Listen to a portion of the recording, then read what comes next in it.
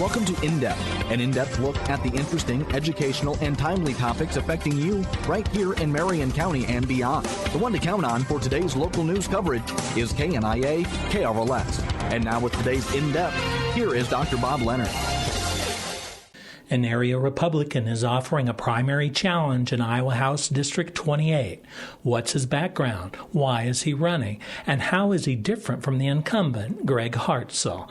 Let's go in depth with John Van Wyck, Sully. So, John, where are you from? Well, I grew up just west of Oskaloosa and graduated from Oskaloosa High. Later went to Iowa State University. Got married after my freshman year of college. Stayed in Ames for a while. Got my master's degree there.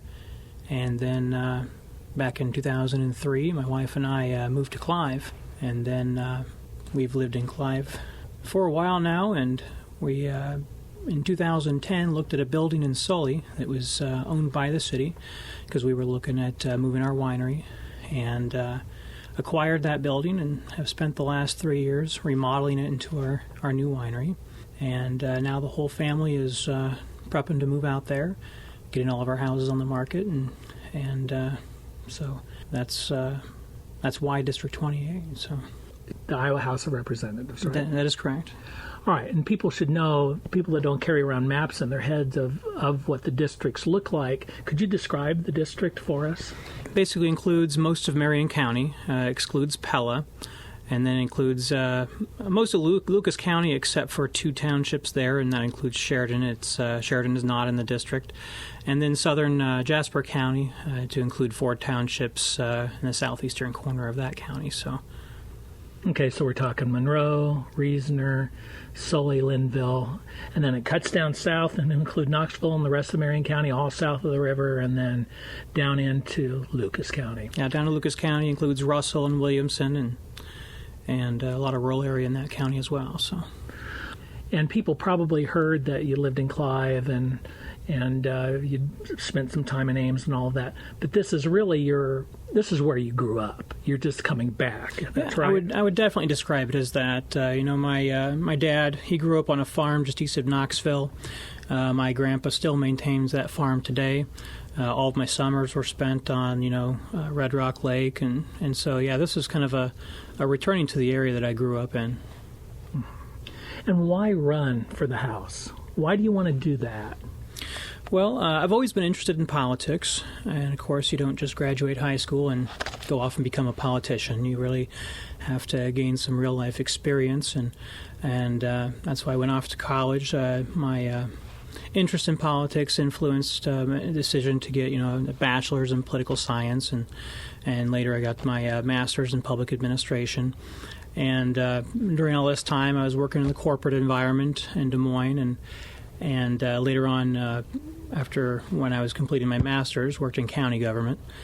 And now that I've had the opportunity to be a small business owner, essentially really immersing myself into the business of the winery for the past year, that's kind of given me the opportunity and afforded me the time that I needed to look at what kind of politics I wanted to get into. And now that we're moving into District 28, I saw an opportunity to run as a Republican candidate. And of course, there'll be a primary. But I don't know. It just seems like a really good area. We're happy to move our family there, and this is, I guess, what I hope to be a kind of a permanent resting place for my family and where I'm going to raise my children. So. More in depth after this.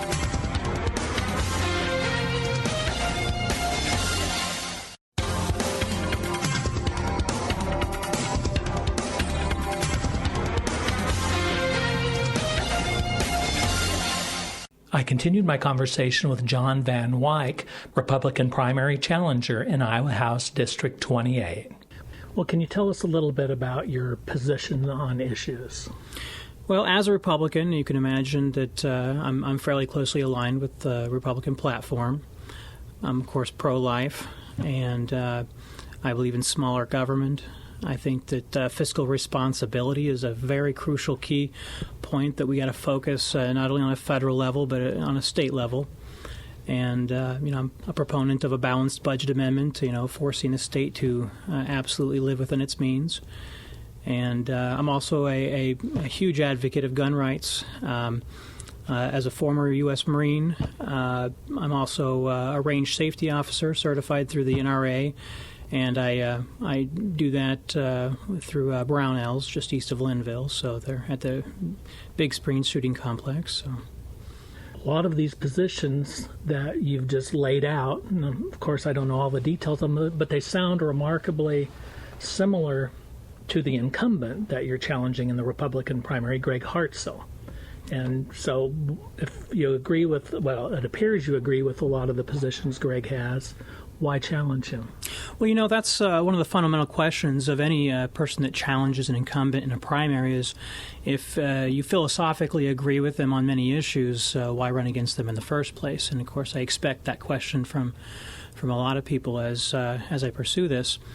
My answer really is, it's one thing to be right on the issues, and it's an entirely different thing to be able to translate that into effectiveness.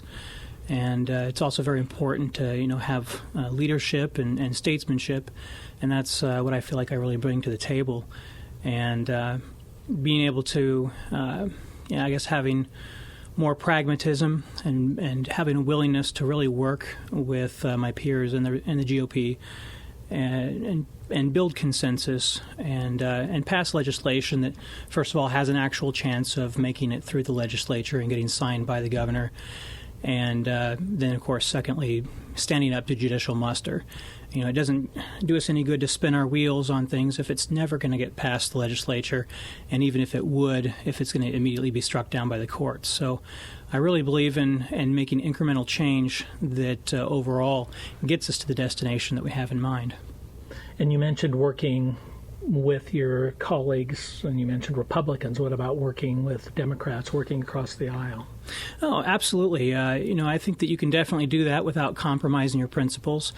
Ironically enough, most of my closest friends and a lot of college friends that I still maintain contact with happen to be Democrats. So I'm always challenged on my views just on a personal level with my friends, and that kind of affords me the opportunity to challenge myself and why do I believe the way I do, and it allows me to see their point of view. And I think that having that exercise on a personal level really has prepared me to be able to answer those questions and have those conversations across the aisle when the time comes. But certainly I think it's fundamental to be able to work with people within your own party. And if you can't do that, then, working with across the aisle becomes more of a moot point. More in depth after this.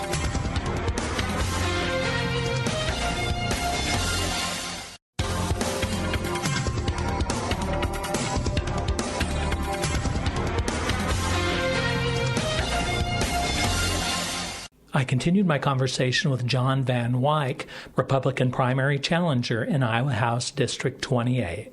Well, and so what issues would you like to see at the forefront? You've sort of stated the backgrounds of your platform, but what do you really want to get working on right away that you think that could be successful for both parties, that could pass judicial muster, as you say? Well, one of the things that I know that my opponent has supported is, a personhood, recognizing personhood at conception.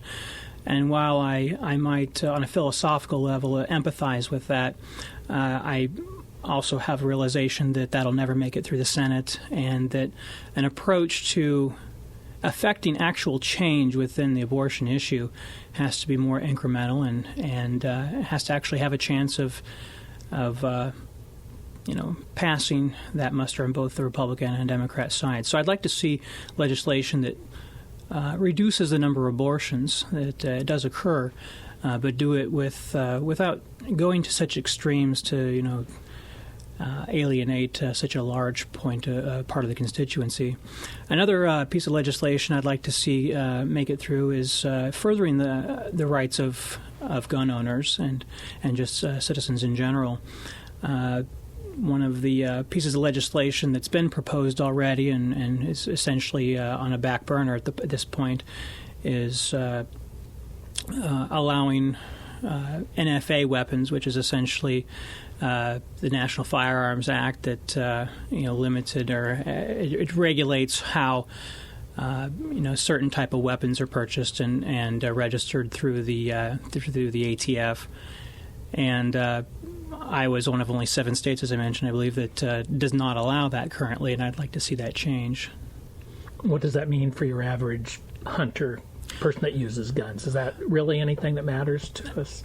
Well, I believe on a level of, suppressors is one thing. I think that a lot of people, when they think of a suppressor, they're thinking of, assassins and, shooting, whisper quiet. But really, it's about hearing protection. I'm not sure if anybody has ever, for those of us who go out to the shooting range, we all know that, guns are very loud and they can cause hearing damage over time.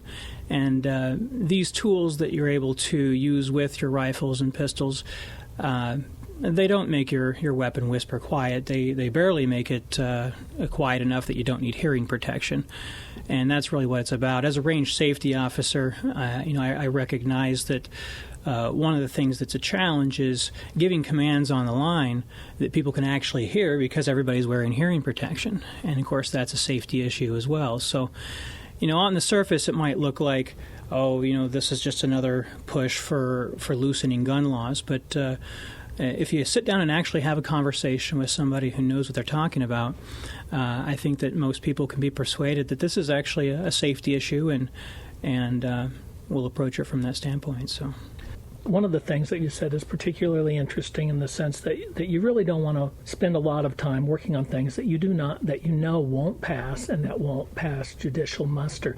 But people do that all the time. Mm-hmm. And they do it purposefully, and they do it in both parties, and they do it to appeal to the base so they are what the base wants. And everybody keeps, especially in the Republican Party, people keep moving further and further and further and further to the right to appeal to the base. And if they don't, they're often criticized for not being conservative enough. And while it seems to make good common sense, especially to those of us that remember when people actually used to do that in the U.S. House and Senate, when they actually used to compromise, it seems like it might be risky in today's political environment. What do you think of that? Well, I think it's really about taking the time to have the conversation with those people who have a very conservative agenda. My agenda is also very conservative, but as I mentioned before, I have a more pragmatic approach to affecting actual change. I mean, would my constituents want me to appease them with a bill that speaks directly to an issue but will never get passed to become law, or would they want me to approach that issue in an incremental way that allows us to affect change over a longer period of time? I mean, if at the end of each legislative session I can say, we propose this, and we passed this. It didn't take it as far as we wanted it to, but it's pushing us in the right direction. And I think that's really what it's about. It's about moving in the right direction and not just having an all-or-nothing approach, because more often than not, you get nothing with an all-or-nothing approach. And so I'm trying to avoid that. I think it's what distinguishes me from my opponent, in that I'm more about taking those baby steps towards our end goal, and that doesn't mean throwing the hot pan in cold water. Now, as we speak, this interview is taking place, sometime before this airs, and as we speak, the legislature is currently discussing raising the gas tax to pay for our deteriorating roads and infrastructure. It seems that that's something that's on the minds of a lot of Iowans, and I know on the minds of a lot of people in your district. How do you think that we should raise the gas tax to help pay for roads and bridges, or do you see some other way, or do you think the roads and bridges are just fine? Well, of course, this issue, like any other issue, is something that I really have to read up on and make sure that I'm properly equipped to offer an informed answer. Speaking more in general terms, I'm cautious about raising taxes in general. And the reason I'm cautious is because I think there's so much government waste, and so much is lost in the bureaucracy that between each cent that's taxed to the pump, how much of that is making it to the actual infrastructure that we're talking about. And So while I'm not fundamentally opposed to raising the tax, if that's something that's truly needed to happen in order to improve infrastructure, I would want to first look at what taxes are we already collecting from it, and how are those monies being used? Are they being used effectively? Or if we raise the tax, are we just contributing to more waste? And how much of each dollar that comes from that is actually making it to the destination we want it to? So it sounds like it's not just this issue, it's a lot of other issues with respect to how we are using our money efficiently. I mean, certainly. I mean, if you look at education, I myself have spent a lot of years in college and grad school, and I have student loans to follow those. And when I look at statistics about how the average American child is almost $12,000 is spent per child, and then I look at European countries who score better than we do on standardized tests, and they spend 1/4 the amount of money that we spend. It's not necessarily the question, do we pay enough taxes or do we have enough money? It's how are we utilizing those monies, and are we using them efficiently? And I think that whenever you add government into the equation or bureaucracy, those monies are going to be used inefficiently in a lot of cases. And so rather than the answer being raise taxes, it's let's get rid of waste and then utilize the monies that we realize from that towards furthering those programs. And so I would apply that to just about anything, whether it be education or road infrastructure. Anything else you'd like to share with our listening audience today? Well, I know it's going to be a challenge, as it is challenging any incumbent within your own party. From what I've heard, I know that Greg Hartzell is a respectable man, and I would hope that those who know me best would say the same about me. So this really is not about challenging someone's character or their intentions. It's about really affecting change and proposing legislation and voting for legislation and working with other Republicans in a way that it will allow us to actually pass law that will affect our lives in a positive way. So, thanks to John Van Wyck for contributing to the program. For KNIA KRLS News, this is Dr. Bob Leonard bringing you today's news and information in depth from our little corner of the universe.